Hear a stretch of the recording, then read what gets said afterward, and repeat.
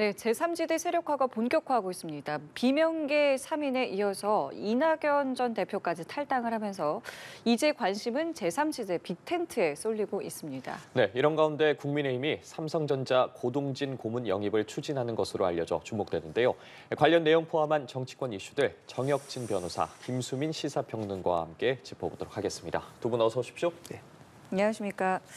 예, 민주당 비명계 3인이 탈당했고 이낙연 전 대표도 탈당을 하면서 정계 개편 움직임이 상당히 좀 속도를 내고 있습니다. 또 잠시 뒤에는요, 이 비명계 3인이 기자회견을 열고 신당 창당 계획도 오늘 이제 밝힐 것으로 보이는데 뭐 여러 가지 내용들을 좀 말하겠습니다만은 뭐 어떤 부분에 좀 주목하고 계세요? 일단은 당을 만든다고 했으니까 예. 그 당의 이름, 당명이 무엇인지부터 이제 밝혀야 될 것 같고요. 그다음에 향후에 어떤 일정으로 창당을 준비할 것인지, 총선에 어떤 각오로 임할 것인지 이런 부분들에 대해서 밝혀야 되지 않을까 싶고요. 제일 궁금한 거는 과연 어떤 사람들이 더 추가적으로 합류할 것인가. 결국 지금 모든 것들이 인인성사라고 다 사람이 하는 거 아니겠습니까? 그러니까 어떤 분들하고 같이 하는 것이 굉장히 중요할 것 같고요.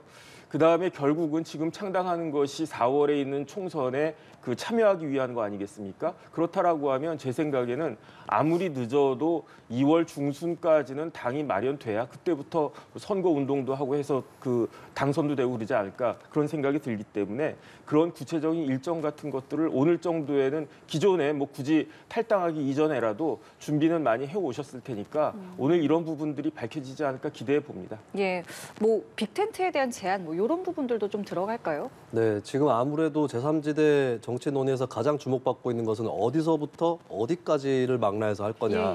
이게 가장 중요한 과제로 떠올랐기 때문에 이쪽에 대해서 일단 이 비명계 의원들이 방침을 밝히지 않을까 싶고 그리고 이제 확실하게 명분을 알 수는 없는데 어제 저녁쯤에 이원욱 의원이 한 언론과의 인터뷰에서 이낙연 전 대표하고는 따로 간다라고 하는 그런 이제 뭐 속사정은 알 수 없지만 그런 방침을 또 얘기를 했습니다. 그런 부분들이 또 오늘 취재진들 입장에서도 궁금한 부분이 될 것이고 이낙연 전 대표를 포함해서 같은 민주당 출신인 이 전 대표를 포함해서 나아가서는 국민의힘에서 이탈한 이준석 전 대표까지 어느 정도에서 어느 정도까지의 이제 스펙트럼이 같이 이들과 함께하게 될 거냐 그리고 상대방의 의중을 떠나서 이들 본인은 어떻게 생각하고 있느냐 이 부분이 이제 가장 중요한 대목이 되지 않을까 그렇게 오늘 기자회견에 대해서 전망을 해봅니다. 예, 잠시 후 어떤 이야기가 나올지 지켜봐야 할 것 같은데 자 조응천 의원이 관련해서 상당히 구체적인 언급을 했었어요. 이 현역 의원 수 7명 이상을 만들어서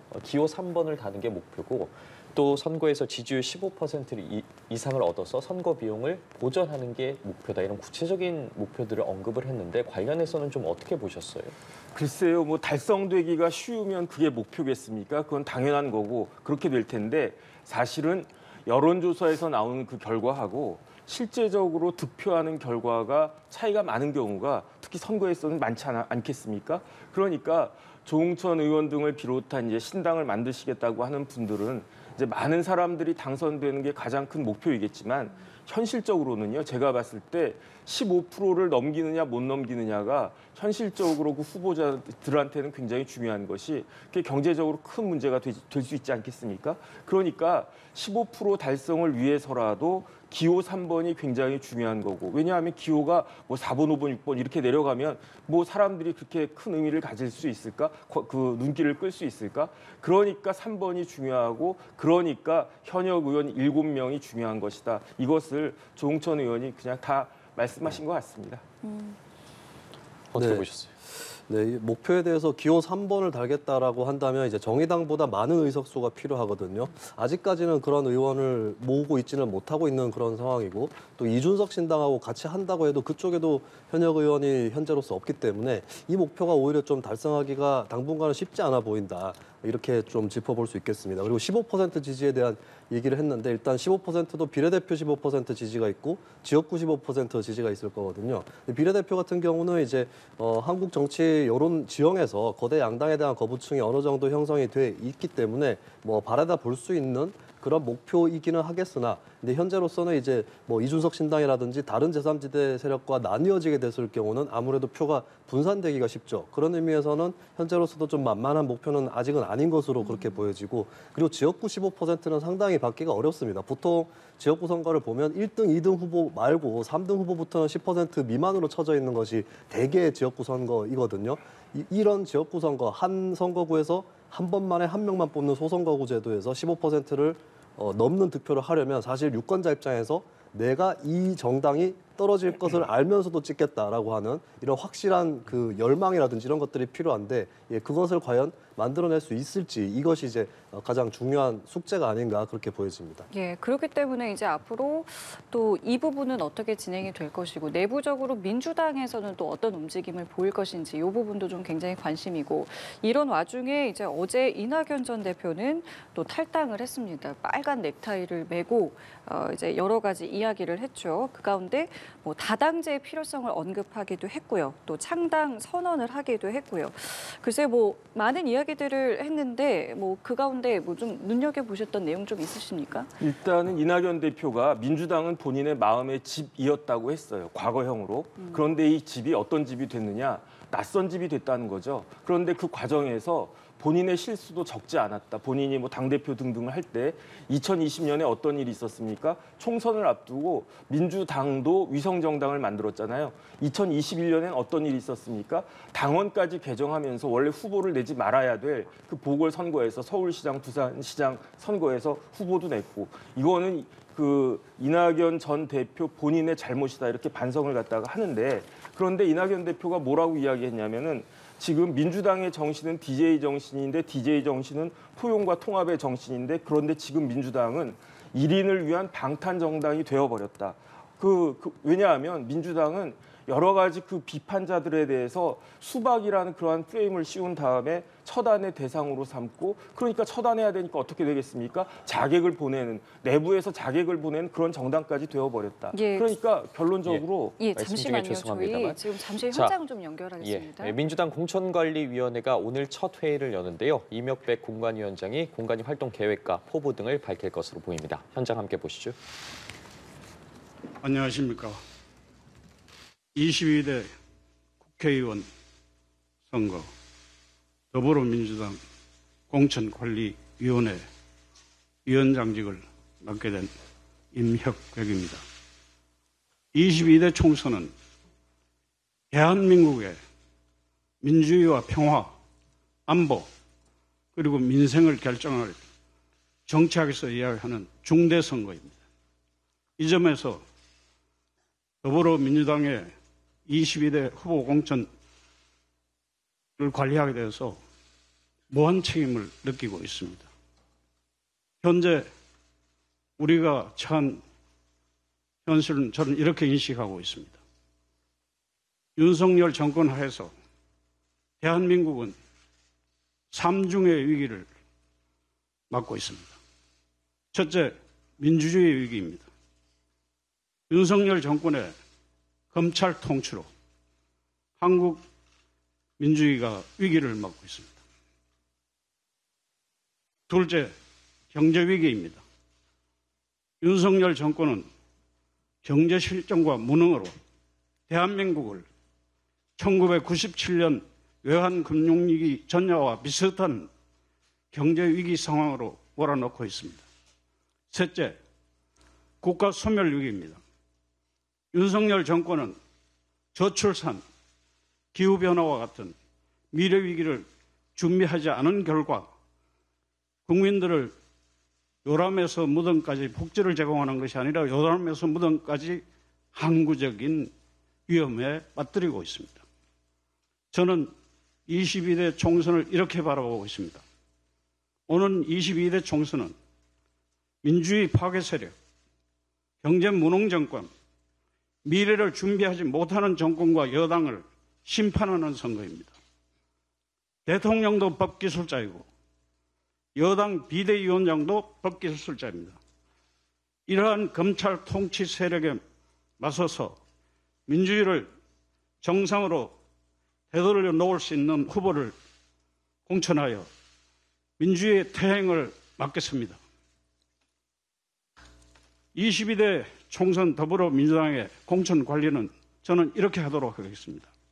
기본적으로 22대 총선은 김대중, 노무현, 문재인 정부를 탄생시켰던 서민, 중산층, 노동자, 자영업자, 농어민, 장애인, 은퇴한 어르신들, 그리고 청년들이 더불어민주당을 중심으로 단합하는 축제가 되도록 공천 관리하겠습니다.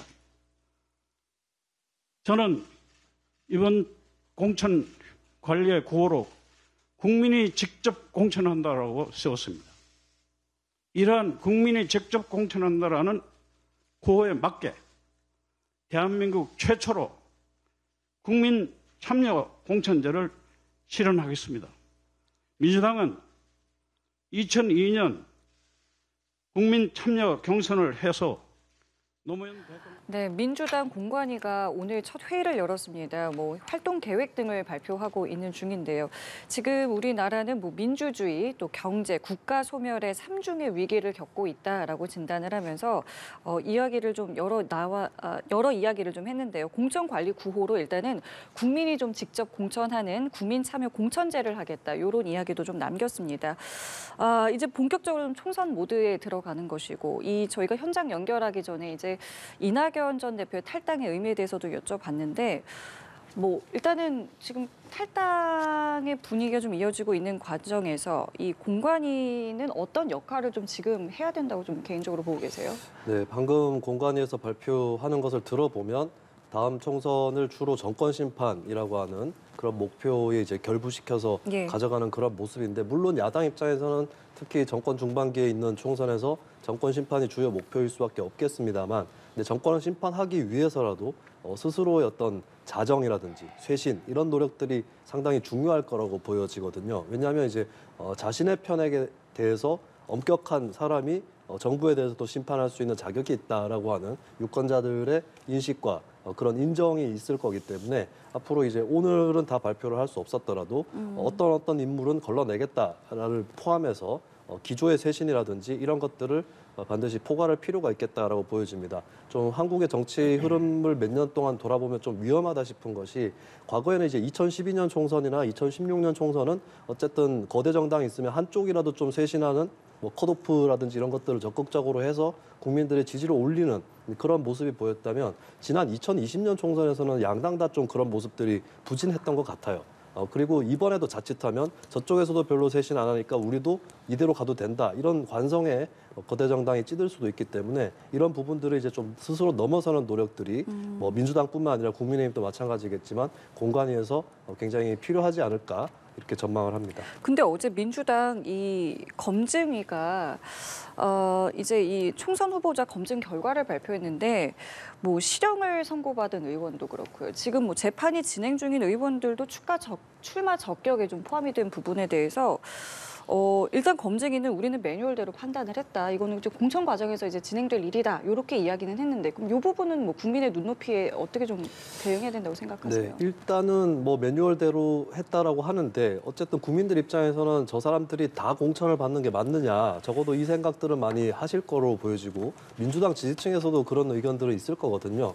그렇다면 이제 당에서는 긴장감을 가지고 현재 특히 기소가 됐거나 수사를 받고 있는 인물들에 대해서는 철저한 검증을 할 필요가 있겠고, 거꾸로 오히려 문제가 있어서 기소가 됐는데 저 당에서는 더 이렇게 지켜주는구나, 이런 인상을 주게 되면 사실은 이제 어떤 당의 쇄신, 자정 이런 것들이 물 건너갔다라고 판단이 되면 정부와 여당을 심판하는 데 있어서도 더 크게 지장이 있을 수밖에 없다. 이걸 유념을 해야 될 것 같고, 그리고 민주당에서도 이제 한동훈 비대위원장이 임명이 되고 출범을 하면서 저기는 그냥 윤석열 대통령의 아바타구나, 그렇기 때문에 우리 입장에서는 쇄신을 많이 안 해도 괜찮겠구나, 이렇게 생각하는 것은 이제 좀 스스로 경계를 할 필요가 있겠고, 각고의 쇄신 공천이 필요하다. 설령 이제 승세가 눈앞에 보인다고 해도 맹수도 토끼 하나 잡을 때 굉장히 발걸음을 조용히 해서 접근을 하거든요. 민주당의 그런 신중한 태도가 더 필요하지 않을까 그렇게 보입니다. 예, 지금 민주당의 어떤 이러한 뭐 결과라던가 이제 오늘 이제 발표하는 여러 내용들을 봤을 때 방향성 좀 어떻게 잡아야 된다고 보세요? 글쎄요, 저는 민주당의 매뉴얼이 납득이 되지가 않는 게 민주당 매뉴얼에 따르면 1심에서 유죄가 그것도 징역형이 나온 사람도 공천을 받을 수 있다는 이야기입니까?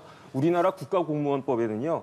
형사 사건으로 기소만 돼도 직위 해제가 돼요. 그런데 황운하 의원 같은 경우에는 어땠습니까? 지난번 총선, 지금 국회의원 된 이 총선에서 기소가 된 상태에서도 공천받고 당선돼가지고 3년 넘게 끌다가 이제 1심에서 징역형 선고까지 받았는데 물론 이제 법정 구속은 안 됐지만 그런데 민주당은 이런 사람에 대해서 또 그 공천을 갖다 주겠다는 이야기인 것 같고요.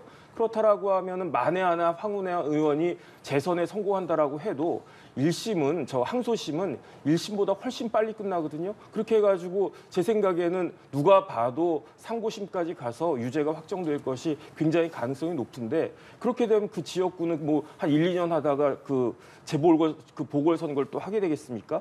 그런 것들이 사실은 말이 안 맞는 거 아닌가. 그러니까 누가 누구의 아바타라고 그 주장할 수 있는 것인지 그렇게 비난할 수 있을 것인지 전 도무지 납득이 되지가 않습니다. 예, 민주당의 지금 모습을 보면요, 이 연쇄 탈당이 있는데 특별히 이제 민주당 내에서는 언급이 좀 없습니다. 요거는 그럼 어떻게 좀 봐야 되겠습니까?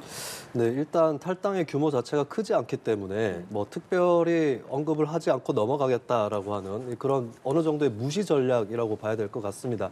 이번에 이낙연 전 대표 탈당이 2016년 총선 때 호남 의원들과 안철수 의원의 탈당하고는 좀 다르거든요. 그때는 거의 러시라고 할 정도의 탈당세가 있었고 이제 순식간에 얼마 지나니까 이제 원내 교섭단체를 따로 꾸릴 정도의 굉장히 큰 규모의 탈당이었습니다. 근데 이번에는 그런 규모의 탈당은 아니기 때문에 공식적으로 당 중앙에서 어떤 대처를 했다가 오히려 일을 더 키워줄 수도 있다라고 하는 생각 때문에 조금 더 로우키로 대응을 하는 게 아닌가 싶고요. 근데 좀 더 나아가서는 이제 무시 전략을 어느 정도 펼 수 있다고 하더라도 남아있는 사람들 사이에서의 어떤 위화감의 해소라든지 또 통합 이런 것들은 또 남겨져 있는 민주당 당원들과 지도부의 굉장히 큰 숙제가 아닐까 그렇게 보여지기 때문에 여기서도 이제 방심하는 자세는 상당히 위험하다 이렇게 지적을 하고 싶습니다. 예, 나아가서 또 이낙연 전 대표가 탈당을 하자 당내에서도 계속해서 비판이 이어졌는데 자, 민주당 의원 129명이죠. 이 전 대표의 탈당 직전에 성명문을 발표를 했습니다. 그리고 심지어 친낙계까지도 좀 납득할 수 없는 일이다. 배신의 정치다. 이런 발언들을 쏟아냈는데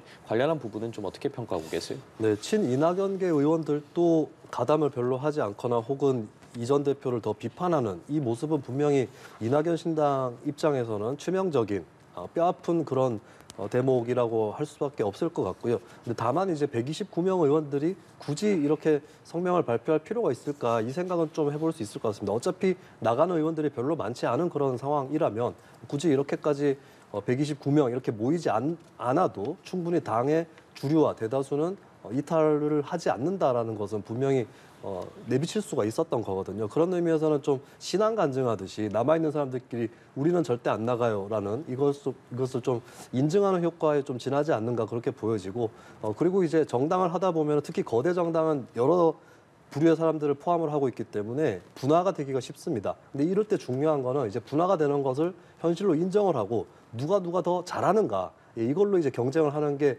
주요한 목적이 아닐까 싶어요. 지금 서로 간에 이제 특히 김대중 정신 얘기를 하면서 뭐 저쪽이 김대중 정신을 저버렸다, 나가는 당신이 저버렸다 이렇게 논쟁을 하고 있는데 김대중 정신은 이제 우리 사회에서는 초당적이고 초지역적인 의미를 갖고 있는 그런 정신입니다. 누구도 이것을 독점하거나 전유를 할 수 없는 것이고 진짜 김대중 정신을 계승하겠다면 누가 더 잘하는가 그리고 따로 당을 하더라도 나중에도 협력할 수도 있는 것이고 또 치열하게 경쟁할 수 있는 거거든요. 이제부터는 본격적으로 그러한 승부를 시작을 해야 된다. 이 말씀을 이낙연 신당이나 남아있는 민주당이나 다 좀 공유했으면 좋겠습니다. 이게 어떻게 보셨어요? 이렇게 다 같이 성명을 좀 내는 모습을요? 그러니까 이낙연 대표가 DJ 정신 이야기했는데요.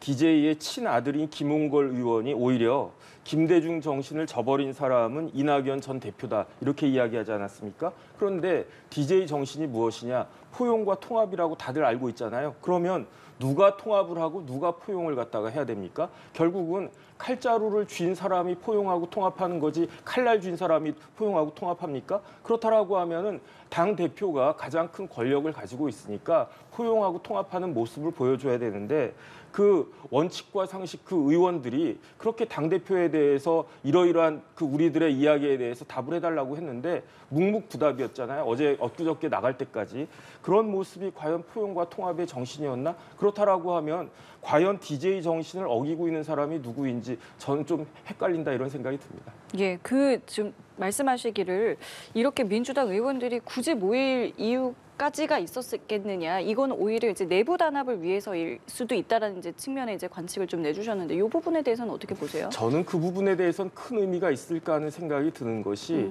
이제 뭐 국민의힘도 마찬가지고 민주당도 마찬가지고 공천이 진행되지 않겠습니까? 그런데 사실은 국민의힘보다 민주당의 그 공천이 훨씬 더 어려울 거예요. 왜냐하면 민주당의 현직 국회의원들이 훨씬 더 많지 않겠습니까? 그러니까 공천이 진행되는 과정에 있어서 민주당에 어느 정도 변화나 동요가 있을 가능성이 국민의힘보다 훨씬 더 많지 않을까 저는 그런 생각이 들기 때문에 예. 지금 뭐 100몇십 명이 모여가지고 이렇게 성명을 내는 것하고 막상 본인의 이제 공천권이 어떻게 되느냐에 따라 가지고 상당한 변화가 있을 수 있지 않을까 저는 그런 생각이 듭니다. 예. 예, 알겠습니다.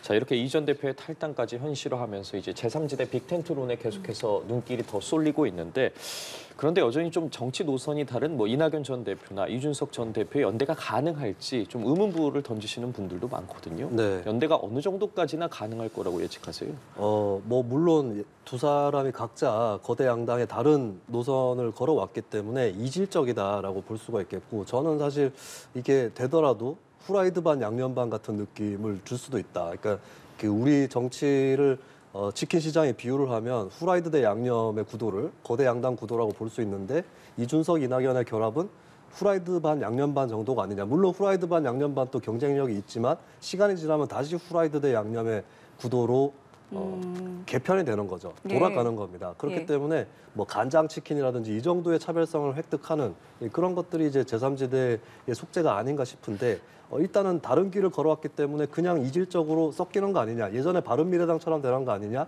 이런 이제 관측도 있는 거고. 근데 다른 한편으로는 이런 점도 있습니다. 어차피 일직선상으로 이제 정치 스펙트럼을 한번 그려보면 사실 이낙연 신당이나 이준석 신당이나 거대 양당의 사이에 있는 정도의 포지션으로 보이거든요. 그러면 이 사이에 둘이 있다면 굳이 나뉘어져 있어야 될까? 같이 할 필요가 있지 않을까? 이런 생각이 들 수 있고 그리고 총선까지 지금 시간이 별로 많이 남지 않았기 때문에 네. 점점 더 특히 이제 국민의힘이나 민주당에서 많이 이탈해서 나오고 있는 상황이 아닙니다. 그렇다면 서로 간에 좀 손을 잡아야 될 필요성 이런 것들을 계속해서 크게 느끼지 않을까 그렇게 전망을 해봅니다. 오늘 이낙연 전 대표 인터뷰를 보니까 이준석 신당과의 연대를 놓고 세대 통합의 모델이 될 수 있다. 뭐 이런 발언도 내놨고요. 그리고 뭐 DJP 연합보다는 가깝다. 이런 입장들을 내놨는데 어떤 모델을 그럼 상상해 볼 수 있는 걸까요? 저희가? 사실 관련 모델이 많지는 않습니다. 그러니까 예. 예를 들면 1996년 총선이 4당 체제로 치러졌었는데 네. 그때는 이제 특히 좀 소수 정당에 해당하는 그때 뭐 자민련이라는 당이 있었고 통합민주당이라는 당이 있었는데 너무 정치 노선이 달랐기 때문에 합체가 안 되고 그냥 4당 체제로 갔던 것이죠. 근데 이번에는 조금 그래도 민주당 국민의힘 사이에 있다라고 하는 그런 측면에서는 이낙연 이준석 연대가 좀 더 가능하다라고 볼 수가 있는데 사실 보통 선거 때 신당이 만들어질 때는 주로 두 개 양당 중에서 한쪽에서 많이 이탈을 해서 결성이 됩니다. 국민의당 같은 경우도 물론 새누리당 출신이 얼마 들어오기는 했었습니다만 대부분이 민주당에서 나간 사람들이었죠. 그런 의미에서는 이번에 결합을 하게 되면은 초유의 결합일 것이다. 이렇게 볼 수가 있겠고 다만 DJP 연합과 비교하는 것은 조금 잘못되지 않았는가 싶은 게 DJP는 정치 노선은 상당히 달랐지만 각자 간의 지역 기반을 포함해서 기반이 굉장히 뚜렷한 굉장히 그 카리스마적인 리더들이 있었고 그렇기 때문에 표의 누수가 별로 없이 합체를 할 수 있었던 거거든요. 근데 반면에 이제 이낙연, 이준석 신당 같은 경우는 아직까지 단단하게 지지층이 결속돼 있는 그런 상황은 아니기 때문에 아직까지 DJP에 비유하기는 좀 어렵지 않나 이렇게 봅니다. 예, 이낙연 전 대표가 이준석 DJP 연합보다는 가깝다. 그러니까 김대중, 김종필 연합보다는 거리가 가깝다 이렇게 직접적으로 언급을 하긴 했거든요. 네네. 어떻게 보셨어요? 일단은 정청래 최고위원이 낙성연대라고 표현을 갖다가 했더라고요. 예. 그런데 이낙연 전 대표가 DJP보다는 가깝다 이렇게 표현을 했는데 DJP보다 더 가까운지 뭔지는 저는 잘 모르겠어요. 그런데 중요한 건 뭐냐면은 DJP 연합은 무엇을 위한 DJP 연합이었나, 무엇을 위한 연합이었나, 대선을 위한 연합이었어요. 그러니까 무조건 이제 정권을 바꿔야 되겠다. 그런데 이제 DJ만으로는 부족하니까 JP까지도 같이 해서 정권을 바꿔보자. 이런 강력한 열망이 있었기 때문에 DJP 연합이 된 건데 그 끝은 어땠습니까? 끝이 그렇게 좋았습니까? 제가 봤을 때 별로 좋아 보이지 않는데. 그런데 이번에 이른바 낙성연대라고 하는 건요. 대선이 아니잖아요. 총선이잖아요. 구도 자체가 완전히 다르기 때문에 설령 DJP 연합보다 낙성연대가 더 가깝다라고 하더라도 판 자체가 총선판인데 이게 얼마나 큰 의미가 있을까? 제일 중요한 거는 이런 낙성연대를 유권자들이 얼마나 인정을 해줄까? 저는 그것이 의문이다. 저는 그런 생각이 듭니다. 그러면 이낙연 전 대표와 이제 잠시 뒤에 이제 기자회견을 하게 될 원칙과 상식의 연대에 대해서는 좀 어떻게 보세요? 지금 보면은 원칙과 상식에서 요구 조건이 확실히 있어요. 이선 후퇴. 네네. 대선까지도 포기해라. 요건데 요게 좀 조율이 되겠습니까? 원칙과 상식하고는 뿌리가 같잖아요. 네. 그러니까 제가 봤을 때는 그 낙성연대보다는 훨씬 더 그 화학적인 결합 반응이 일어날 수 있을 것이다. 그런 생각은 들고요. 그런데 이제 원칙과 상식 쪽에서는 어차피 이낙연 전 대표가 이번 총선에 출마는 안 한다고 하지 않았습니까? 그 말은 뭐냐면은 대선에는 출마할 수 있다 이 이야기인데 대선에도 출마하지 말고 이선으로 후퇴하라 이렇게 이야기를 하는데 주장을 갖다가 요구를 하는데 그런데 지금 원칙과 상식을 대표할 만한 그런 대표자가 있나? 저는 그런 생각이 들거든요. 그렇다라고 하면 결국 어떤 당을 하든지 어떤 모임을 하든지 어떤 조직이든지 간에 구심점이 있어야 되는데 이낙연 전 대표를 제외하고 다른 구심점을 만들 수 있을까? 그런 그 원칙과 상식의 요구가 조금 제가 봤을 때는 비현실적이지 않을까? 저는 그런 생각이 듭니다. 이게 어떻게 좀 보세요? 네. 근데 이낙연 전 대표의 어떤 사리사욕이 커 보이면 이 제3지대는 잘 안 될 겁니다. 그런 의미에서는 이 전 대표가 너무 이제 지도자라든지 이쪽에 급급하지 않는 모습을 보여줄 필요는 있겠는데 현실적으로는 또 이 전 대표만큼의 인지도라든지 또 대선에 도전한 경험, 총리직 경험 이런 것들을 갖춘 인사는 많지는 않거든요. 그렇다면은 뭐 당의 대표자 정도는 맡을 수도 있는 게 아닌가 그렇게 보여지고 이낙연 전 대표 오히려 조금 다르게 제3지대 쪽에 손실이 된 것이 본인이 출마를 안 하겠다고 선언을 했습니다. 근데 사실 이낙연 전 대표가 지금 현재 호남 기반을 뚜렷하게 확보를 못한 상황에서 제3지대를 시작을 하는 거거든요. 그러면 오히려 본인이 희생한다는 정신을 갖고 호남 지역에 출마를 하는 것이 더 제3지대는 도움이 될 것인데 그렇게 좀 뒤로 물러나 있는 모습이 오히려 좀 이낙연 전 대표하고 제3지대에게는 약점이 되지 않을까. 조금 더 나섰어야 되는 거 아닌가 이런 생각을 거꾸로 해봅니다. 예, 그리고 또 박영선 전 장관이 제3지대 옹호에 나섰거든요. 그러면서 네네. 이제 박 전 장관의 제3지대 합류 가능성도 나오고 있는데 가능성에 대해서 좀 얼마나 보세요? 박영선 전 장관이 만약에 정치를 하려고 한다면 선택지는 여기밖에 없어요. 왜냐하면 민주당에 지금 들어갈 수 있겠습니까? 제가 봤을 때는 민주당은 이재명 대표에게 완전히 그 굴복하고 승복하는 그런 사람들만 민주당에서 어떤 룸을 가지고 있지 독자적으로 내 뜻이 이러이러하다라고 이야기할 수 있는 사람이 민주당에 남아있을 수가 있겠습니까? 만약에 그것이 가능하다라고 하면 원칙과 상식, 뭐 이낙연 전 대표 다 민주당에 남아서 무언가를 모색했겠죠. 그런데 그러니까 박영선 대표가 어떤 생각이 있다라고 하면 지금 뭐 거의 뭐 빅텐트라는 이야기도 나오고 하니까 이 제3지대 중에 어디에다가 본인이 뭐 세틀다운 할 것인지 정착할 것인지 그 부분을 아마 고민하고 있지 않을까 저는 그렇게 생각이 됩니다. 예, 이렇게 박영선 전 장관처럼 이름 있는 정치인들의 제3지대 합류 그 영향력이 어디까지나 좀 미칠지에 대해서 궁금해하시는 분들도 많거든요. 일단 저는 박영선 전 장관이 제3지대에 갈 가능성은 좀 낮다라고 생각을 합니다. 예전에도 박 전 장관이 비슷한 포지션에 있었는데 민주당 국민의당 분당 때도 박영선 나가는 거 아니냐 이런 말이 나왔지만 결국에는 안 나갔고 안 나감으로써 본인의 정치적 몸값을 올리는 그런 플레이를 또 했었던 거거든요. 이번에도 비슷할 수 있지 않을까 싶고 박영선 전 장관이 원래는 비문 이미지가 강했는데 문재인 정부를 거치면서는 친문 이미지가 강해졌어요. 그리고 현재도 대단히 뭐 비명 반명이다라고 보기엔 좀 어렵습니다. 그런 의미에서는 이재명 대표를 지지하는 민주당 당원들 일부에서도 박영선 정도로 좀 당의 누수를 막고 통합을 할 수 있는 카드로 써볼 수 있는 거 아니냐. 박영선 전 장관뿐만 아니라 김부겸 전 총리도 마찬가지일 수 있는데 그런 카드로 민주당에서 좀 쓸 수 있는 여지는 있어 보이고요. 근데 만약에 박영선 전 장관이든 김부겸 전 총리든 민주당을 이탈하게 되면 민주당에는 상당한 타격이 될 것이다라고 보여지고 근데 다만 이게 제3지대에 끼칠 수 있는 영향은 이면적인 것이 일단은 이제 비명계라든지 이낙연 전 대표한테는 이들이 가담을 할 경우에 상당히 도움이 될 수 있겠죠. 하지만 반대로 제3지대 쪽에 민주당 출신이 아닌 이준석 전 대표라든지 이쪽 입장에서는 민주당 출신 인사들이 너무 많이 나오면 저쪽하고는 또 손을 잡기가 어렵다. 저기랑 손을 잡았다가 우리가 휩쓸려 갈 수 있다라고 하는 그런 경계심이 또 발동을 하게 됩니다. 그런 의미에서 만약에 박 전 장관이 제3지대로 갈 경우는 민주당 출신 인사들한테는 반가운 일이겠지만 국민의힘 출신 인사들한테는 오히려 경계심을 만들 수 있는 이런 이중작용이 일어나지 않을까 이렇게 예상을 합니다. 그러면 개혁신당의 천하람 공동창당준비위원장이 이제 불출마를 선언한 뭐 오영환 의원이라든가 김웅 의원에게 본인들이 좀 느꼈던 무력감을 여기 와서 좀 해보자라고 이제 공개적으로 좀 제안을 했어요. 그럼 이 모습은 좀 어떻게 보셨습니까? 저는 이거는 바람직하지 않은 영입 제안의 형식인 것 같아요. 왜냐하면 오영환 의원이나 김웅 의원이나 뭐 어찌됐건 자신이 각자 갖고 있는 고민이라든지 이런 것들이 굉장히 극심했기 때문에 정치판을 일단 떠나기로 한다라고 하는 그런 입장인데 여기다 대고 이제 공개적으로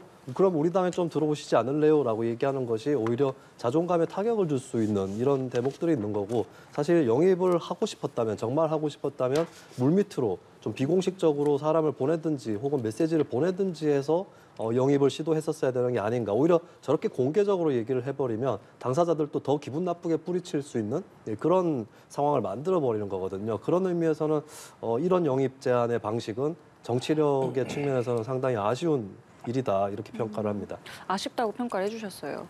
저는 뭐 이른바 개혁신당의 김웅 의원이나 오영환 의원이 합류한 것은 본인들의 자유인 거죠. 그런데 이 두 사람이 민주당이든 국민의힘이든 총선에서 출마하지 않겠다라고 공언을 하지 않았습니까? 그 공언한 지가 얼마나 됐다고 개혁신당이 합류해서 본인의 정치적 뜻을 갖다가 펼쳐보겠다? 이거는 굉장히 상식적으로 말이 되지가 않는다. 만약에 그런 생각이 있었으면은 조금이라도 참고 있다가 개혁신당에 들어가가지고 본인의 여러 가지 일들을 하면 되는데 오히려 이런 제안을 하니까 어떤 의심을 받느냐. 개혁신당이 현직 국회의원이 급하구나. 이런 생각이 드는 거 아니겠습니까? 만약에 지금 김웅 의원이나 그 오영환 의원이나 다 지역구 의원이니까 그냥 그쪽으로 가게 되면은 개혁신당 입장에서는 현직 의원 2명을 그 보유한 그런 정당이 되어버리니까 이런 이야기들이 어떻게 보면은 굉장히 꼼수 같은 그런 이미지를 줄 수 있기 때문에 뭐 제대로 완전히 이제 다 설득이 돼가지고 김웅 의원이나 오영환 의원이 뭐 국회에 딱 나와가지고 개혁신당에 입당하기로 했습니다. 이렇게 나오기 전에 이런 이야기를 흘리는 것은 뭐 굉장히 적절하지 않고 별로 이렇게 지혜롭지 않았던 것 같다. 저는 그렇게 판단됩니다. 예, 알겠습니다. 마지막으로 이 내용도 좀 짧게 살펴보죠. 국민의힘이 고동진 삼성전자 고문을 영입하려는 계획을 갖고 있는데, 자 박정아 대변인에 따르면 이 고 고문의 영입 추진과 관련해서 한동훈 비대위원장이 직접 추천을 했다 이렇게 말을 했거든요. 네. 관련해서 좀 어떻게 보셨어요? 일단 이제 삼성전자 고문을 영입하는데 한동훈 위원장이 또 관심을 보였다라고 함으로써 한동훈 위원장 하면 이제 이미지의 한계가 법조인이라고 하는 이런 한계가 있거든요. 근데 이제 삼성전자의 간부를 영입할 정도로 어느 정도 기업이라든지 기술에 관심이 있다 이런 것들을 좀 보여주고 싶었던 것 같습니다. 그리고 이제 고동진 고문의 영입 자체도 친자본, 친기술의 어떤 그런 이미지가 있는 것인데, 근데 저는 이제 친자본 이미지는 이미 국민의힘이 워낙 강해서 그걸 더 보강해줘야 될 정도인가.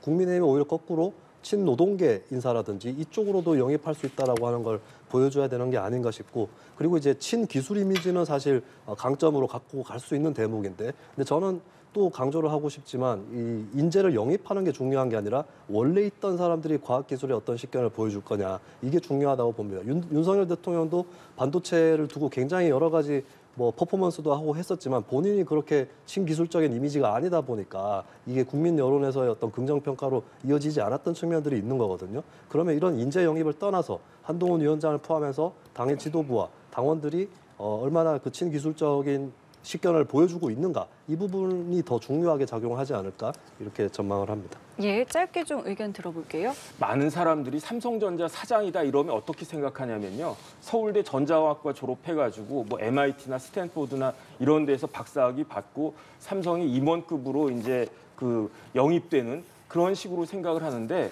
고동진 사장은 다른 분이에요. 어떤 분이냐면 굉장히 경제적으로 어려운 집에서 태어나가지고 대학도 성균관대 나오고 삼성전자의 사원으로 입사해가지고 사장까지 올라간 전설적인 그러한 네. 분이거든요. 예. 그러니까 스토리가 있는 사람이다. 영입 대상이 될 만하다. 그렇게 생각됩니다. 예, 알겠습니다. 오늘 두 분 말씀 여기까지 함께하겠습니다. 지금까지 정혁진 변호사, 김수민 시사평론가였습니다. 두 분 고맙습니다. 고맙습니다.